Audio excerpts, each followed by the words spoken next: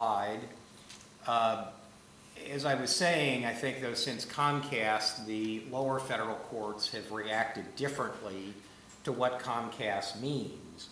There are some courts that are just distinguishing Comcast and not really looking as to whether the proponents of class certification are articulating a standard damages theory at the class certification stage.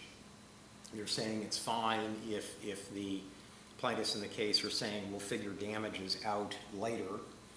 Others are, I think, more rigorously adhering to Comcast and saying that you can't have a class unless the plaintiff has advanced and shows evidence in support of a common damages theory at the class certification stage.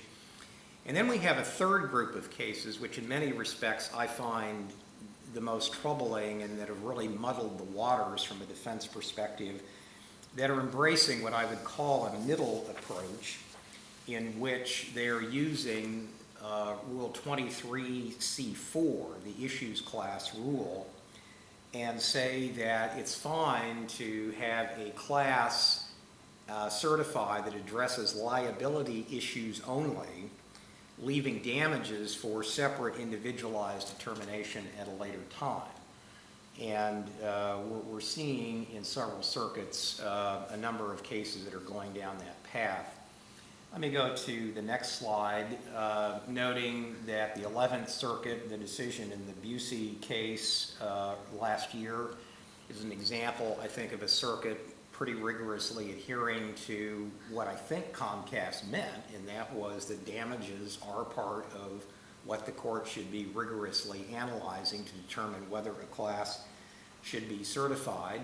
And in that case, the 11th Circuit said that the class in that case should have been certified because, should not have been certified because the plaintiff did not offer a theory for quantifying their losses that could be demonstrated on a class basis.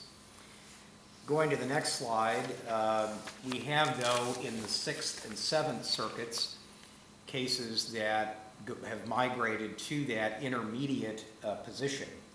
And two cases I would note are the Glazer case. This is the Whirlpool washing machine case, which we'll talk a little bit more about in a bit, and the Butler versus Sears Roebuck case, which is another washing machine case. Glazer being a product of the 6th Circuit and Butler being a product of the 7th Circuit. And then there's the IKO roofing shingles product case, also from the 7th Circuit. And those were all instances in which this issues class, this intermediate option dealing with Comcast, was embraced by the courts. I think as many of you are aware, because it was publicized so much, the Butler and Glazer cases are interesting because the certification of the classes in both of those cases went to the Supreme Court, and then they were remanded for consideration in light of the decision in Comcast. And in both cases, the appellate court said, no, we were right on certification. Comcast doesn't affect that. And so those cases proceeded. Going to the next slide, we'll talk a bit more now about Glazer. This was the 6th Circuit decision again. As I mentioned, when that case was sent back to the 6th Circuit by the Supreme Court, the 6th Circuit pretty quickly said, we think certification is fine. We've looked at it in light of Comcast, seemingly contrary to the rationale for the circuit, for the Supreme Court sending it back to the circuit. They sort of said, what does Comcast have to do with this case? And reason that it was different because the district court in that case had certified a liability class in that case and had reserved damages determinations for a later time, and therefore concluded that the case didn't falter on class certification because of the individuals with respect to injury. Of course, the hidden issue, or perhaps not so hidden issue in Glazer is the fact that the evidence showed that the vast majority of class members had no problem with their washing machines. The allegation in that case was that the washing machines, because of their design, tended to manifest mold or mildew, but the numbers who were actually alleging that they had that sort of problem with their machine were pretty minimal given the entire group of machines. The Butler case, if we can go to the next slide, the analysis there was similar. The Seventh Circuit panel was told to remand was told to consider on remand whether Comcast affected the ruling, and the Seventh Circuit there again did not alter its prior holding and found that the single common issue of liability and non-common issues such as damages could be resolved individually through the use of the issues class, and so very much in line with what we saw in the Glazer ruling. I would add on the Butler case, John, that I think one of the interesting things about that ruling is that Judge Posner said in Butler, defendants should be welcoming these class actions. If you think your washing machine is not defective, we're giving you a chance to get rid of all your potential liability in one case. And sort of seemed to be almost goading, I think, the defense industry by defense community by saying, hey, why don't you like class actions? If you have confidence in your products, you should be happy to have class actions.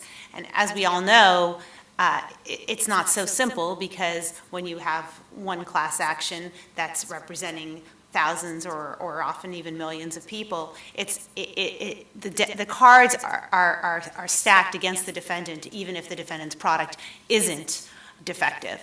So I think that there's an interesting, I think, trend within the Seventh Circuit to sort of be turning these class actions into policy questions as opposed to really sticking to Rule 23, what does it allow and what does it not allow. The Seventh Circuit seems to have moved away from that and is now starting to, I think, really endorse class actions as some sort of great public policy, regardless of whether the rules are satisfied. One of the things that I find very concerning about Judge Posner's statements in his decision on this is exactly that point. And when I first read that, I was reminded of a general counsel I was spending a lot of time working with many years ago in my younger days, who I thought had a very interesting view of class actions, which is true till today, and that is that the risk analysis the defendant normally employs in the case just doesn't work in a class action. I mean, you look at an individual case in which there is limited exposure, and you do a rigorous analysis of the case, and you say, well, I have a 50-50 chance of winning the case. And you say, okay, maybe I have a 50-50 chance of losing $500,000 in this particular case. You figure out how much it'll take to try the case, and you make a decision economically as to what's the best approach for the company, taking account of both those economic considerations and perhaps, you know, what would the outcome mean for other issues that the company is facing. The problem with the class action is that, as you were saying, Jessica, the exposure is so enormous that those standard economic analyses just don't work, or they always give you a strong tilt towards perhaps trying to settle the case. Let me be clear about what I mean. His analysis, the example he would use is, let's say I have a case that borders on being frivolous. I conclude, I look at this case, and I have a 10% chance of losing this case. Well, under your normal analysis, you'd say, take that to trial. If they're not willing, if the other side isn't willing to resolve on a de minimis basis, take it to trial. It's an easy decision. But when you have a class action, and the exposure in some of these cases can be $500 million, or $1 billion, or even more, if you just multiply the risk of 5% times that number, it is so enormous that a defendant has to stop and say, do I really want to take this case to trial. And as Jessica was indicating earlier, when you have a class trial, the risk of the distortions that can be conveyed to the jury with respect to the product are so enormous that it is a very substantial risk. One of the problems with the washing machine cases, for example, and I may be skipping ahead, but I think it's the right time probably to take a look at that, is, as I mentioned earlier, you had a very small number of owners of these machines who expressed any concern with the product. But out front, you had a named plaintiff who was saying, I had problems with this machine. The fundamental problem with these cases, and what I worry got completely overlooked in a lot of these decisions, is the Rule 23's typicality requirement.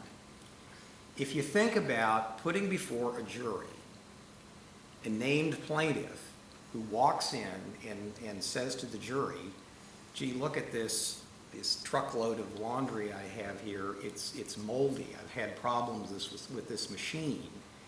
And the jury is allowed in that setting to extrapolate that experience to all owners of the machine. That's a very serious distortion of what's has actually happened in the case, because an atypical class representative is being allowed to represent the class. Think about the converse. If the vast majority, if you reached into that class of washing machine owners and pulled out someone at random, the chances are very high you'd have some person who, if asked at trial, have you had any problem with your machine? No. Never had any mold? Nope. Everything's been working fine? Yup. And what do you want? I want money. The jury isn't going to give them anything in that circumstance because they didn't have a problem with the machine. But that is the distortion that we have by allowing these classes to be certified without consideration of what actually has happened to the class members, that failure to look at typicality allows this very distorted view to be put before the jury. And so I think contrary to what Judge Posner was suggesting in this case, just stand up and defend your product, that's asking companies to defend the product in a very high-risk situation. I didn't mention the enormous cost of defending a product and having to do it in a very distorted environment at trial. It just, frankly, isn't fair. Going on to slide 10, another of the Seventh Circuit cases we should mention is the IKO roofing case. In that decision, too, the court said that there should have been a class certified, or at least it vacated and remanded for further consideration a trial court's decision not to certify a class. And again, there the issue was that the trial court said, as I was just saying, that the class members' differing experiences with the product at issue in that case, which was roof shingles, should not have prevented class certification in that circumstance, expressing a concern that if you took account of that, it would be very difficult to have a class action certified with respect to consumer products. I think that's probably a more frank enunciation of the Seventh Circuit's policy concerns. I don't think the Seventh Circuit is really looking out for manufacturers and saying, oh, you should welcome class actions. I think really that the Seventh Circuit, for whatever reason, has sort of, I think, changed its views. There's been a lot of, the views have really morphed since the days of the Firestone decision, which was one of the strongest, I think, class certification decisions about consumer products, finding that, different experiences really do mean you can't have a class.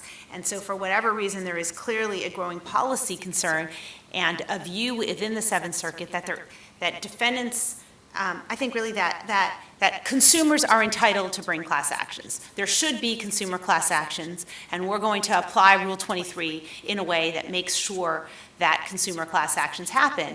And there really needs to be, I think, a reevaluation of why these courts feel that consumer class actions are some sort of legitimate right, why consumer class actions, should be proceeding regardless of whether they comply with Rule 23. Because, Rule 23 was not drafted for consumer class actions. It wasn't drafted for washing machine owners and roof owners. It used to be, I think, that if you had a problem with your roof, you went to the manufacturer, and if the problem escalated and the warranty wasn't honored, you might bring a small claim against your manufacturer for however much, money you feel like you lost because your roof leaked. And now all of a sudden, one person's roof leaks, and that means that hundreds of thousands of people have a case. And that's a real problem, both because it's not consistent with Rule 23 and because of the underlying, I think, due process principles under Rule 23.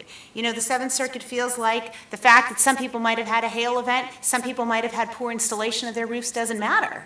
But clearly, those are the kinds of things that matter critically in a lawsuit. If you were just having one plaintiff before the court, those would be the most important facts that would be tried in your case. And so by saying we need to create a system that allows consumer class actions to go forward, what the court is really saying is we need to create a system that doesn't make it possible to adjudicate these claims in a fair manner.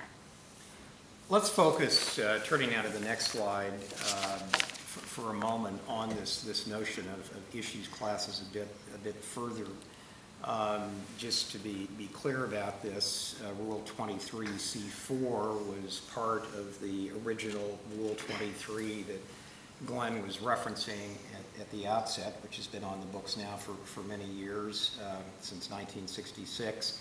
And it doesn't give much guidance as to what an issues class can or can't be. It literally says, as noted on the slide, when appropriate, an action may be brought or maintained as a class action with respect to particular issues. There's been discussion in the academic world of, well, how could you use this provision? And a suggestion that it ought to be used a lot more for many years, but I think we can tell you as practitioners, until recently, it was very rare that motions for issues classes were ever made. And when they were made, the vast majority of courts said Rule 23C4 doesn't trump Rule 23B3. It doesn't trump predominance. It's only appropriate when you've otherwise met the requirements of Rule 23. And I think that's sort of where this gulf now is happening in the court decisions on that issue. And I think that what has happened is that as the Supreme Court has articulated clearer and more rigorous standards for class certification, some plaintiffs' counsel and some courts have turned to this as sort of an end run around those more rigorous requirements. The issue, though, that I keep struggling with is that the reason why no one ever invoked, or very few people ever invoked, Rule 23C4 previously, I think still exists. And it seems to me that basically the plaintiffs' counsel and the courts that are sending some cases off in that direction, it's a road to nowhere.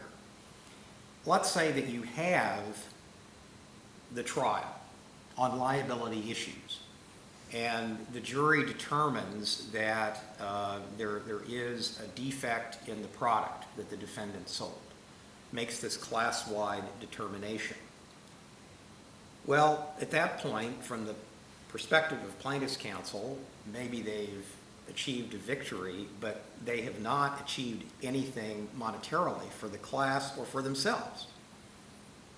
To put it in blunter terms, there's no pot of gold at the end of that rainbow. So what have you done? Well, you have this determination, and you're saying now each of these individuals who are in the class may come in and demonstrate that they suffered some sort of injury flowing from this defect determination that the jury has reached. Well, there's a jury trial right that the defendant has for each of those cases. Are we really going to then have a separate jury trial for each of these individuals come in? Because remember, the theory of the certification is we can't do that latter part on a class basis. is that really meaningful for the class members, for the defendant? And then you think about the equities of that situation. So, all right, let's say a consumer does come in. There has been a defect determination. And they come in to present their claim. The jury is told that there has been a prior determination of a defect in the product. That can't be reconsidered by the jury again. But then I don't know what the consumers at that point who haven't had a problem perhaps get a leg up in that circumstance, because the jury is sort of tainted by the fact that this earlier determination was made without consideration of people in the class who've had no problem with the product. But in any event, it seems to make that whole path seems to make no sense in terms of the amount of time and energy, whether people will really step forward to litigate their claims individually. I mean, the whole rationale for certifying the class in the first place was in part a belief that people wouldn't do that individually. And so now we've certified this class on the assumption that they will.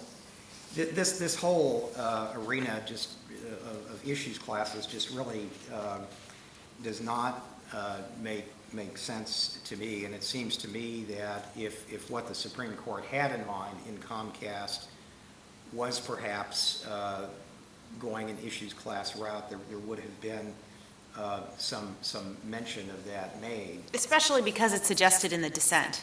And so, because the dissent suggests it, one has to assume the majority read the dissent and understood what the dissenting justices' views were. And nowhere does the Supreme Court suggest that you can just avoid this issue by pretending like damages aren't a problem, chopping damages off the case, and having a class action until that point. Because that would have been a solution there too. To the same extent that an issues class is a purported solution to the problem in consumer classes, it's a purported solution to the problem in Comcast, and yet it was not suggested, proposed, or endorsed by the Supreme Court.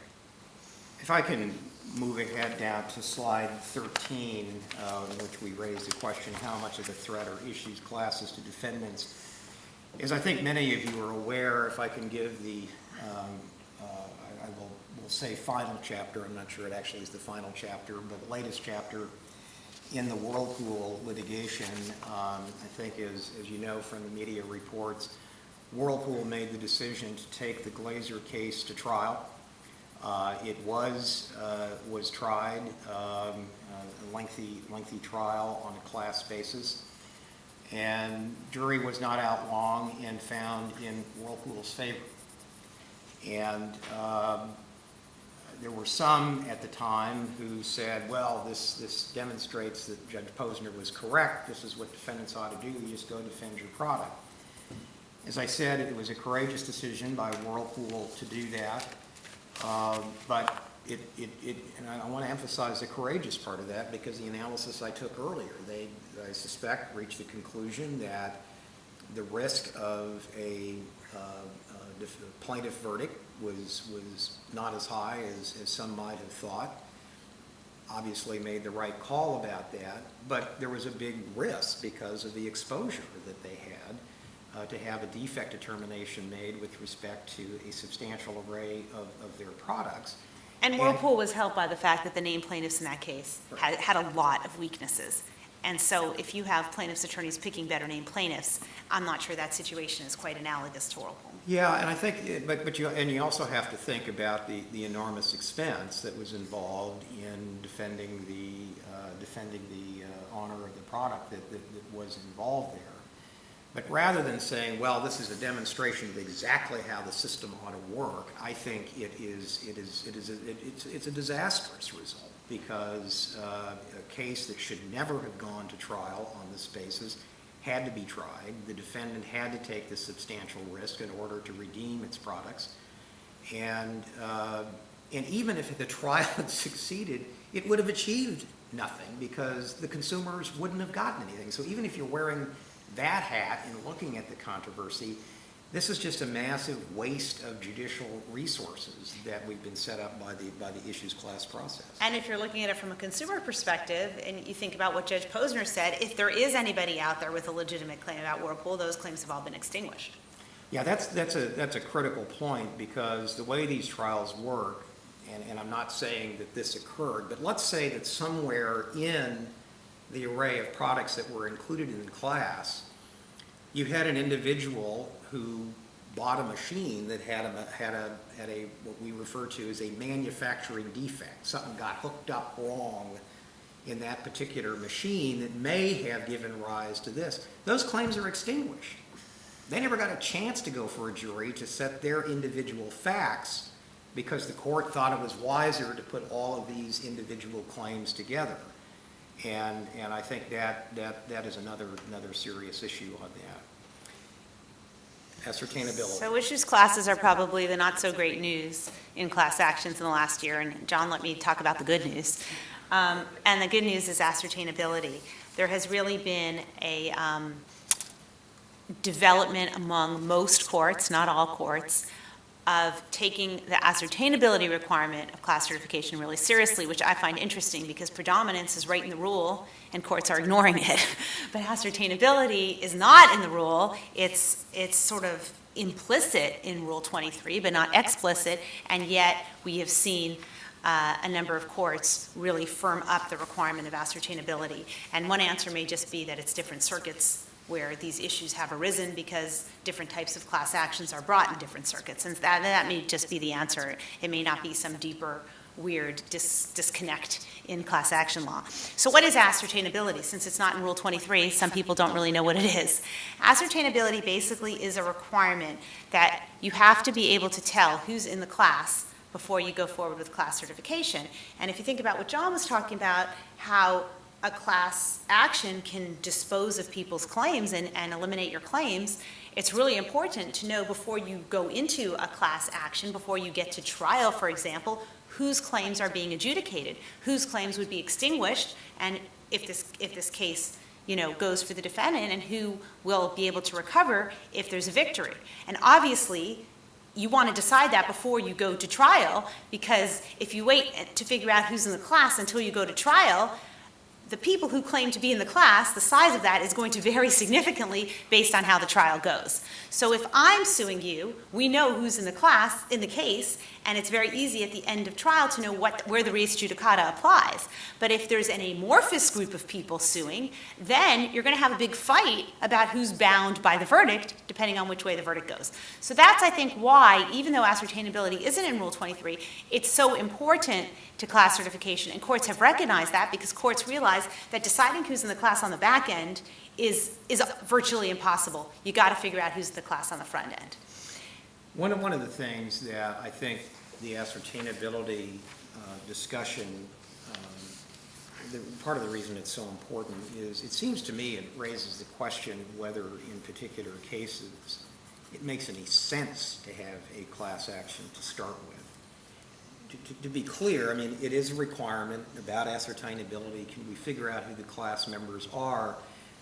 But if you think about it, if that is an issue in the case, if there's going to be a hassle, to use the technical term, figuring out who the class members are, the chances that even if the litigation is completely successful in asserting the rights of the consumers, the prospects for actually delivering any relief to the class members is minimal. If you just have this amorphous group that you think is out there, but we really don't know who they are, even if a settlement is negotiated in the case, the chances that you're going to have a significant number of people who step forward to make claims is substantially reduced, and you just really have to question whether the litigating of this case, involving a lot of judicial resources and a lot of party resources, makes any sense to start with. Now, I suspect there would be some who would say, no, it's absolutely right because class actions are supposed to have an enforcement dimension. No, they don't. That's not consistent with the Rules Enabling Act. It is like any other lawsuit. It is a way to allow allegedly injured parties to seek recourse. And I think a lot of what the ascertainability analysis does is implicitly make clear that you're not going to have any success with that in that particular case. So basically, the way you determine whether a class is ascertainable is asking, is there an objective, simple, administratively feasible way to determine who is a member of the class? And I think, just for ease of reference, going back to the washing machine cases, when you buy a washing machine, you've got the machine, you've got the receipt. It's very easy to prove you're a member of the class. But there are other types of products and services where it's hard to tell if you're in the class. For example, we see now a huge number of class actions about food products. People bought food, and the food said, the granola bars said that they didn't have GMOs, the granola bars said that they were organic, the granola bars said that they didn't have additives. There are lots of class actions about dietary supplements, class actions about over-the-counter medications. There are probably a few pack rats out there who keep their receipts for these things, but let's face it, the vast majority of us have no way to prove that we bought Ben & Jerry's ice cream between date X and Y when, it was using a certain type of xanthan gum or whatever. So these types of class actions where consumers aren't keeping receipts are the ones where the ascertainability argument works best. I think the ascertainability argument also has a lot of power where the class involves people who were exposed to a certain statement or a certain ad. And I think in California, this is a really big issue because of the way the California consumer fraud statutes have been interpreted. It's very hard to prevail sometimes on a reliance argument in a class action in California, but the courts do seem to recognize that everybody has to have been exposed to a statement.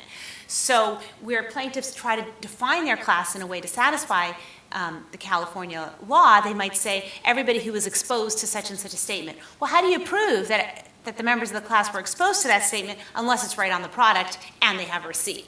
So I think the obvious place where a defendant wants to make an ascertainability argument is where it's a relatively inexpensive consumer product where there are no receipts and where the manufacturer is not selling it directly to the consumer. But I think it's really important to think hard about class definitions and think about whether plaintiffs have drafted their class definition in order to avoid one sort of problem and have thereby created an ascertainability problem. And so I think the key thing to know about ascertainability, and we're a little short on time, so I'm going to move quickly through this, is that the Carrera decision in the Third Circuit is the key decision on ascertainability issues. Where we're seeing pushback on ascertainability is in federal courts in California. California is sort of the food class action capital of our country, and there are food class actions being brought daily, many of them in the Northern District of California, and the courts have just completely split on this issue. Some courts have said, we're going to follow Carrera. Other courts have said Carrera is the law of the Third Circuit. Carrera has one court in California that's been very heavily cited by other California courts, said Carrera eviscerated consumer class actions. So thinking back to what John talked about, just like the Seventh Circuit has said, we're worried that if you take Comcast seriously, you're going to eviscerate consumer class actions. Now we've got courts in California saying, if you take ascertainability seriously, you're going to eviscerate class actions. And it's that same trend that we're seeing among courts, that there is some inherent right of an American citizen to bring a consumer class action. And we're going to vindicate that right, whether it's consistent with due process and Rule 23 or not. So I think that's really the... One quick thing to add on ascertainability is that this issue comes up frequently in two different contexts. I think a lot of what we've been talking about here in the food cases, the issue that existed in Carrera is really, will the class members be able to easily demonstrate that they are members of the class by providing some prima facie evidence of that fact? And that's where I think there's a substantial divide of the sort that you were talking about. There's another category of cases, though, where the class is defined in a way where you may have a contested issue. For example, we still sometimes see class definitions along the lines of all persons who were injured by this product. Well, that's kind of a jury issue. It's not prima facie demonstration. That may require evidence beyond just a receipt or something of that sort. And I think there the courts have been somewhat more uniform in raising questions about those definitions. I don't want to say that across the board the cases have been consistent, but even in California there have been, the federal courts there have been some embracing of the ascertainability argument in that context. Yeah, I think, John, you're referring to the fail-safe Right. class definition. The courts often refer to that as a fail-safe class definition. I think the unfortunate thing in that area is that when plaintiffs do write a bad class definition in that way, I've seen a number of courts in the last year or so that offer to just basically rewrite it for them and solve the problem. So while I agree that there's a uniform recognition of that among courts, there are some courts that have tried to solve the problem for plaintiffs in that area. Let's turn to another topic, and this is the subject of presumption of reliance. Looking back over the past year, the Supreme Court in the Halliburton case, that was, I think, a significant event in the class action realm this past year. I think there were a lot of people who were hoping that in taking the Halliburton case, the Supreme Court might have in mind reversing the fraud in the market presumption of reliance in the basic case decided back in 1988, which presumed reliance in the securities litigation context. As it turns out, the court did not take that approach and left the basic presumption, the basic incorporated versus Levinson presumption in place, but gave defendants a new tool for challenging that presumption by saying that at the class certification stage, the defendant does have the right to seek to rebut that presumption before a class is certified. And so that will have its own ramifications and sort of change the way in which class certification is litigated in the securities litigation context. I think it's too early to know exactly how all of that will play out, but it means that class certification now will look a little bit different in that context. Going now to slide 18, I think the other thing to keep in mind with that Halliburton ruling is that courts have on occasion applied a similar presumption of reliance in the consumer fraud context. I have to say that defendants, I think, have been reasonably successful in resisting the wholesale transfer of the basic presumption of reliance to the consumer context, but there are some courts that to varying degrees have gone down that direction. And I think the main note I would make here, it will be interesting to see that to the extent some jurisdictions, some state laws have gone that direction, whether they will recognize the Halliburton ruling to say no at a class certification stage, even if state law says there is a presumption of some sort of reliance, that the defendant will be afforded the opportunity to rebut that.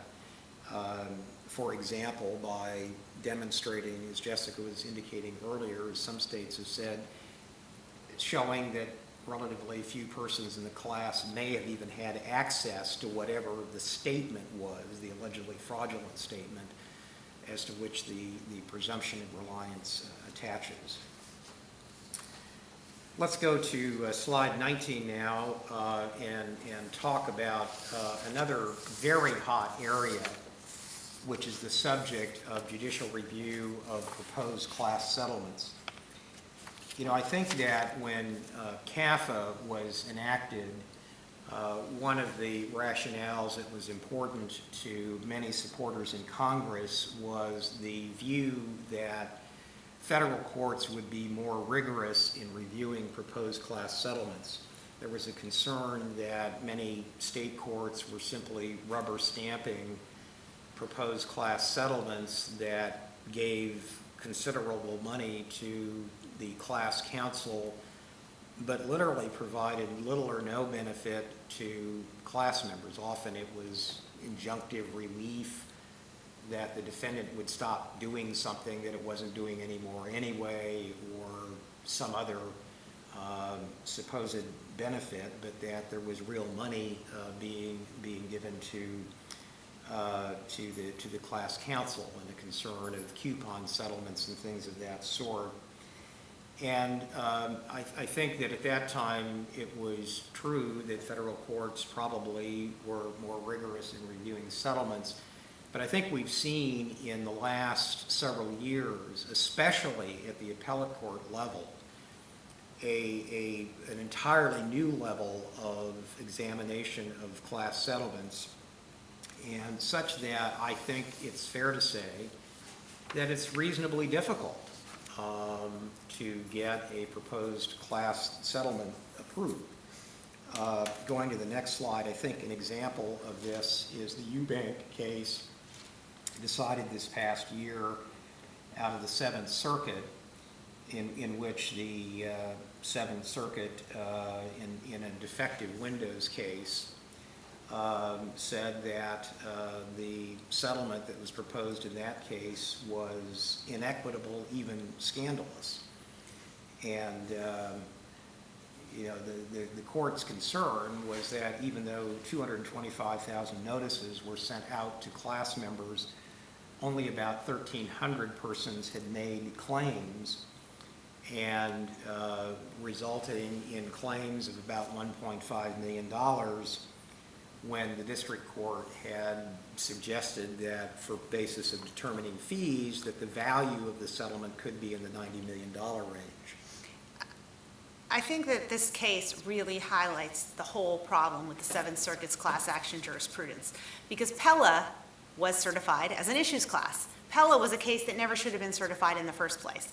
There was no evidence of real predominance, no evidence that, you know, we had a whole class of people whose windows had malfunctioned. And so you basically have a couple people whose windows are leaking, and this goes back to my point earlier. Before we had this embrace of consumer class actions, those people with leaking windows would have tried to resolve their claims individually. But instead, some plaintiffs' lawyers decided this would make a great class action. They found a very embracing court in the Seventh Circuit. Judge Posner said, let's go forward with an issues class. And then, lo and behold, nobody was interested in the settlement. And I think what I find so frustrating about this decision is that the court doesn't have any introspection, any realization that this happened because we certified a class that should never have been certified. No, the problem is with the settlement. The problem isn't with the class. And so it's so ironic that this Pella case settled, went back to the Seventh Circuit, and the settlement was, lacking in any interest, because that's exactly what we're all screaming and yelling at the court. Don't certify these classes because they're overbroad. And this is like the perfect example of how the class was overbroad. Nobody was interested in the settlement because although, we do have a litigious society, we also, have people who are generally satisfied with their consumer goods, lots of people who are busy. Who's going to bother taking the trouble to fill out a form when your windows are working fine and aren't leaking? There aren't a lot of people who are going to bother with that. And as a result, now you have a problem. The settlement's no good either. So I think that there really needs to be a reevaluation as to why there is this embrace of consumer class actions, why these courts suddenly feel that consumer class actions are so critical to our society when you look at them on the back end, there's very little to no interest in them.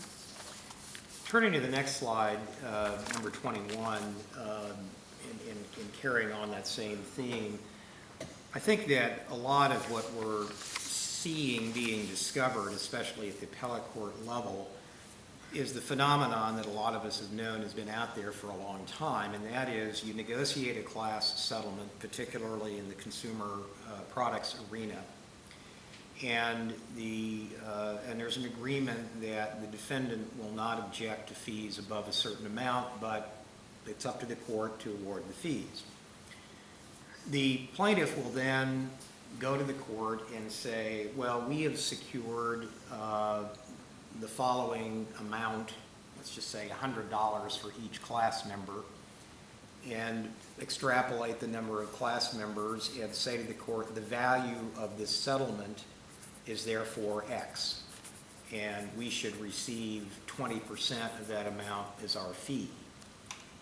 The problem being that the assumption of that calculus is that all or virtually all class members will step forward and make a claim of this amount. And the reality is that in many consumer class settlements, and we're now seeing some evidence being put on the record of this, the take rates are often pretty low. Some would say, well, it's because the claims process is too complicated, but I think as Jessica's saying, the real issue is these cases are counsel created, they're attorney created. You don't have this mass of consumers that are out there concerned about it, and so they don't have any interest in making a claim. They didn't have a problem with their window. What are they going to claim for? I think the way you know that is if you think about when you have a problem with a product, your first thought isn't, oh, I'm going to sue on behalf of 1 million people and endure 10 years of litigation so that I can get $20 at the back end. If you have a problem with a product, you're going to want to resolve it quickly, efficiently, and for yourself. So that really, I think, just puts the whole lie to the notion that these are consumer-driven class actions. They're clearly all lawyer-driven cases. One of the things that I'd note is that some courts are now taking the approach of saying that a way to deal with that problem of knowing what is the class actually getting in the settlement is to change the process to say we're not going to decide what the fees will be until we know at the end of the claims process how much money has actually been delivered to class members. This process, as slide 21 notes, was suggested by the Third Circuit in the baby products case, wasn't required, simply was suggested. And going to the next slide, number 22, we see that other courts have been adopting this as a practice. Interestingly, that concept has been in the manual for complex litigation for many years, but is now seemingly being discovered only now. Going to slide 23, I think that this is a very hot area for discussion, this notion of scrutiny of class settlements. And it's I think, a dilemma for defendants in many respects. To be blunt about it, the challenges to these settlements, I heard one counsel recently, defense counsel, say, well, I sort of cheer on these challenges provided it's not my settlement. And it creates, I think, a real dilemma for defendants because going back to the risk analysis I was talking about earlier, you have a case that frankly doesn't make much sense. I won't flatly say the claim is frivolous, but it's not a very strong claim. But you have this huge class action out there, and even though the risk may be minimal, you may make a reasonable business judgment that you'd like to settle the case. Well, some of these cases that are coming down now, creating greater scrutiny on class settlements, I think from a policy standpoint are probably headed the right direction because there has been a disconnect between fees and what the class is actually getting. But it also means that defendants are now facing increasing demands to do other things by plaintiff's counsel to justify their fees in the settlement. In other words, I don't think it has taken away the fact that fees still drive these settlements. People are not often out there negotiating with an eye to what is fair to give to the class members or being driven by fees. And that brings us to another element of this on slide 24, which I'll just address very quickly, Cypre awards. One of the ways that plaintiffs' counsel, I think, have tried to develop some armor to ward off these judicial challenges to settlements is to say, well, we're not getting much, if anything, to class members because, frankly, they're not interested in the compensation. They weren't looking for any money in this case. They didn't have a problem with the product or the service at issue. And so we will set up a mechanism by which either in the first instance, a significant amount of money will be given to a charity that somehow relates to the claims in the case, or we'll create a fund in what isn't claimed by the class members, will be delivered to a charity. So there is a set amount of money that the defendant can be expected to part company with. We're working on a research piece at the moment, which we hope to publish soon, that looks at how much cypre is being used in the federal court system. I note on the slide here some preliminary findings indicating that the use of some form of cypre is increasing from 22 decisions in the 2009 calendar year up to 58 in 2014.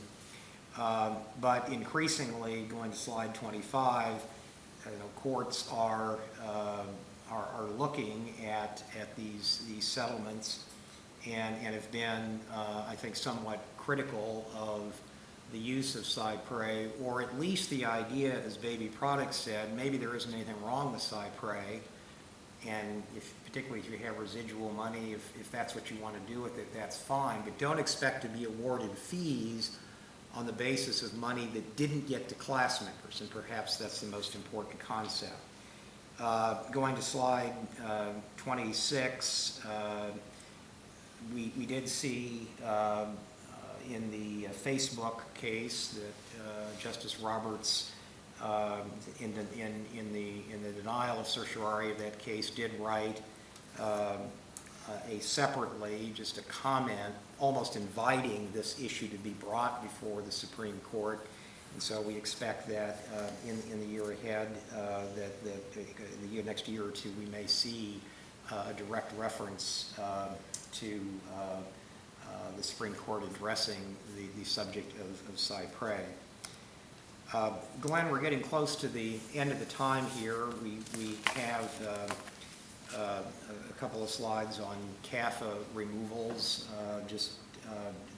I'll make very quickly one point on that, which is the Dart Cherokee case, which came down at the end of the year. I don't think that was a surprising outcome. The Supreme Court rejecting a 10th Circuit District Court view that in removing a case, class action to federal court, that the defendant was required to put all of its supporting evidence into its removal petition.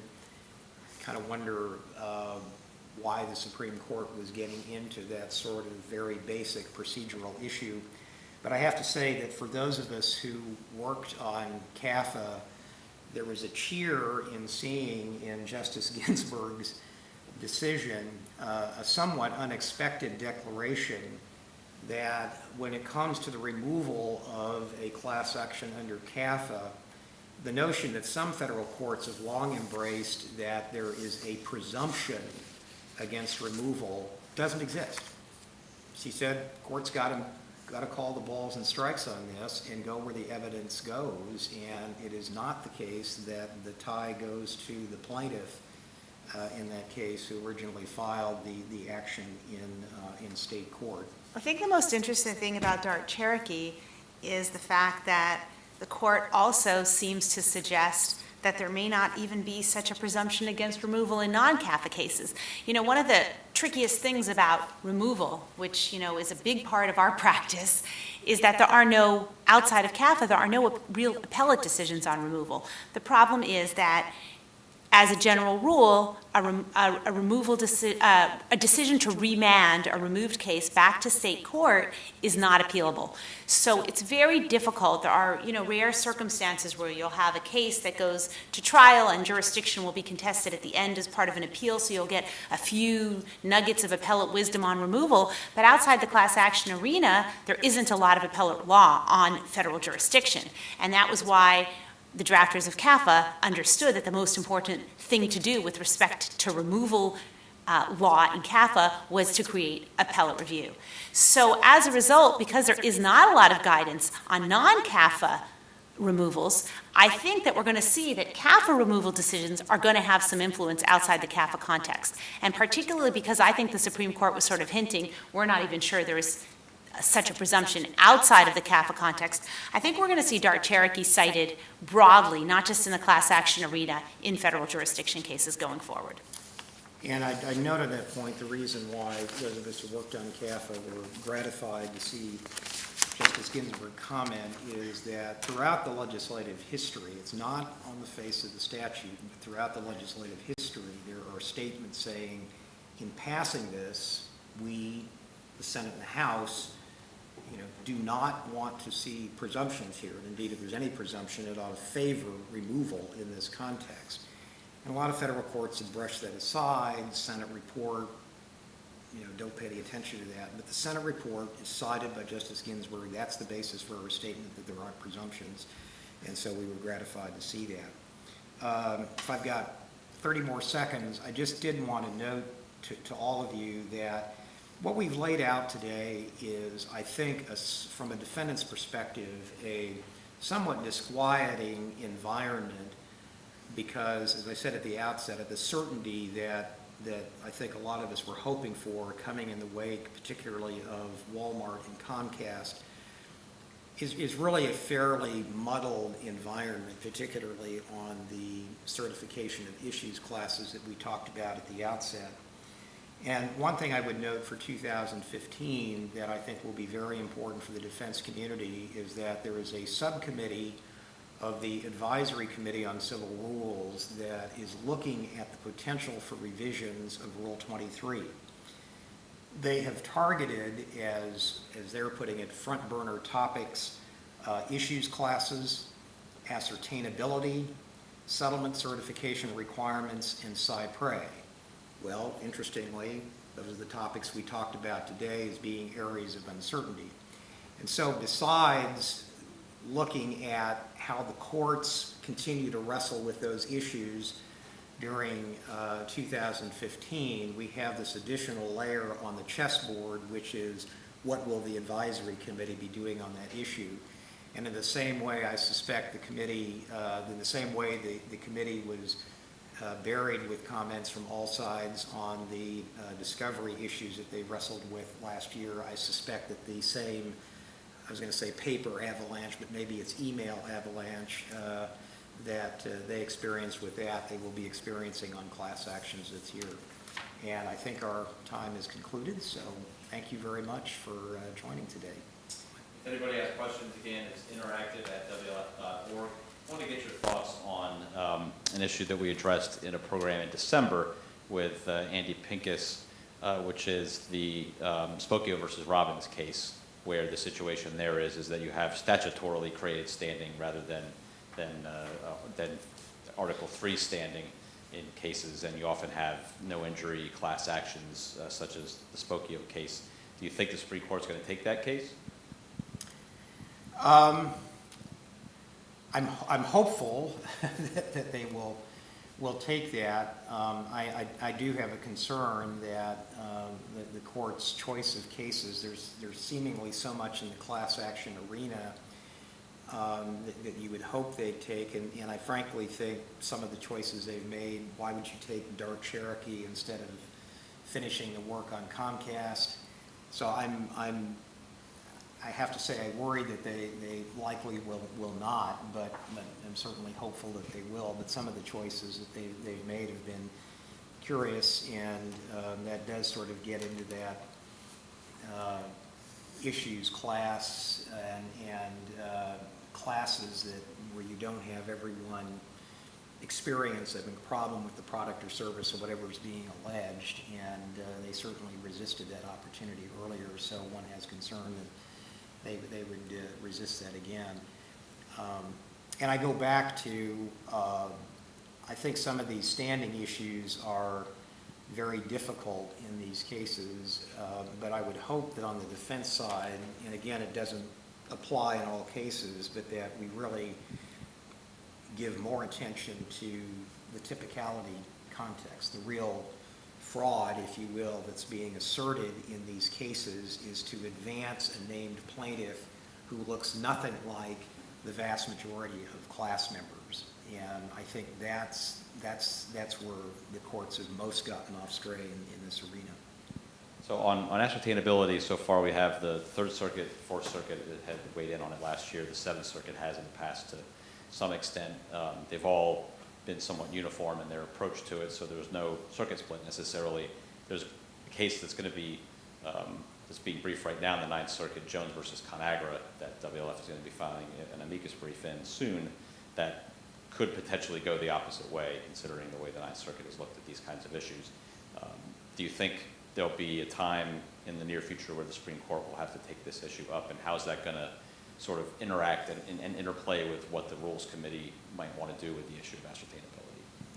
It seems as though the Ninth Circuit has really tried not to issue a ruling on ascertainability. There have been so many 23F denials. There have been so many cases where they sort of could have talked about ascertainability and then decided to talk about something else. It's been almost as though there's a conscious effort by the Ninth Circuit not to create a circuit split. I don't know, people who follow courts better and can read the psychology of judges better may think that's crazy, that there's no concerted action in that way. But it does seem as though the Ninth Circuit has really stayed away from ascertainability, both when plaintiffs filed 23Fs and when defendants filed 23Fs. We've won ascertainability cases in district courts in the Ninth Circuit, and plaintiffs filed 23F petitions. We were sure they were going to be taken, and they weren't. So it's going to be interesting to see if and when the Ninth Circuit actually issues a ruling on ascertainability. I think that if it's contrary to Carrera, first of all, I think if they issue a ruling that takes on ascertainability directly, they will have to talk about Carrera. And I think that if it's in conflict with Carrera, obviously it'll go up en banc, and that may get rid of the conflict. But if there's a real conflict, I do think the Supreme Court will take it. Glenn, you raise an interesting point, which is an issue with respect to what the advisory committee is going to do. I mean, if you look at their list of priorities, some of what they're focusing on are issues that the Supreme Court either has spoken to, or with respect to Cypre, the Chief Justice has said, bring us a case, essentially. And I know in that process everyone has to remind themselves, these are rules that the existing rules were promulgated by the court or being interpreted by the court. And so there is, I think, some tension there about what do you wander into to propose to the Supreme Court when some of these are areas in which they've been quite active in interpreting what are essentially their own rules. John, I wanted to ask you, going back to the Seventh Circuit's pro-consumer class action perspective, a couple things about that. One, the overall conservative reputation of the Seventh Circuit, has that led to other circuits following the Seventh Circuit's lead on consumer class actions? I know that I hear sometimes from general counsel or defense lawyers that they're always concerned when they see Judge Posner do something squirrely, that it gives folks an excuse to say, well, if a conservative judge is willing to do that, then it must be okay. I haven't seen a run in that direction or seen it articulated in quite that way, but he is a respected jurist, and I think it gives plaintiffs much to argue with in circuits outside the Seventh Circuit. On the Comcast issue, the 11th Circuit's decision going the other direction with how you should read Comcast, I was surprised hasn't gotten as much attention as I think it should, because you do have a split there now of how to consider those cases. But I do think there are some courts that are stepping back and looking at the issue I was just talking about. Okay, I'm going to certify this issues class as the Seventh Circuit has suggested, but where's this going to go in the end? I think there are some judges looking at that. Some may well conclude, well, if there's a loss on the liability phase, obviously the defendant will just settle. But then, as Jessica was noting in the Pella case, if I'm a defendant, I'm not sure I'm going to do that, because whatever settlement I come up with is going to be based on a presumption of injury that's just a divorce from reality. So I think this will play out some. I think that initially there was oh, that's surprising, and we should pay attention to that. But I think the one benefit of this advisory committee process is I think there will be a lot of discussion around judges as to whether that whole issues class approach really does make any sense. And I think there may be some greater reality injected into that discussion. The other piece of that I was wondering is, in the Seventh Circuit itself, if there's been a concerted effort to push back by the defense bar with efficiency arguments, because the Seventh Circuit tends to like efficiency arguments in other contexts, and while there may be an argument on behalf of class actions that they're efficient in one way, I think that there are at least two compelling efficiency arguments on the other side. One is that, well, what happened to just pursuing your warranty remedy? That's pretty efficient too. And then the other one you articulated in terms of if people aren't opting for these class actions or aren't filing in them, doesn't that show that there was a mistake made? And can that be turned into an efficiency argument at the front end to push back? And has that been tried? And was there any success, or has it not been tried yet? There's been a lot of arguments about efficiency, but Judge Posner specifically said in Butler, Rule 23 is about efficiency, and I think this is efficient. So I really think that it's not the efficiency that's missing from his decision. I think what's missing from his decision is the fairness. It almost seems like he went with efficiency over fairness. He decided this is efficient, and the defendants, of course, argued both that it's not efficient and that it's not fair, and he just skipped over the fair and went straight to his view that this is efficient. And he really said Rule 23 is a matter of efficiency. Yeah, So, and I also think that his analysis, there's this, I think his assumption in there, which is contrary to what is actually said in the opinion, is that if a defendant gets an adverse ruling on the liability issue, they'll just settle. yeah. We won't ever have this second phase. And I just don't think that makes any sense. If I were a defendant and got the liability verdict, I'd say, bring them on. Especially if you've got a class where most people have not been injured. If you look at how few people are willing to submit claims, imagine how many fewer people will be willing to go to court, to some federal court. It's not necessarily going to be anywhere near where they live, and try to bring in, I guess in this case it would be, here's my shirt and look at that mold stain, or smell my shirt, Your Honor. So I mean, it's really impractical. Lest you think that my voice all of a sudden got deeper, that was our general counsel, Mark Chenoweth, asking those last two questions. We're going to finish up now. I want to thank both of you for joining us today and imparting all of your thoughts and wisdom on us. For those of you who might have colleagues that might be interested in watching this but weren't able to, it will be up as an on-demand archive file later this afternoon. If you have any questions for the speakers, please feel free to direct them directly to them. If you have any questions to us, again, interactive@wlf.org. And again, thanks for joining us today. Thank you.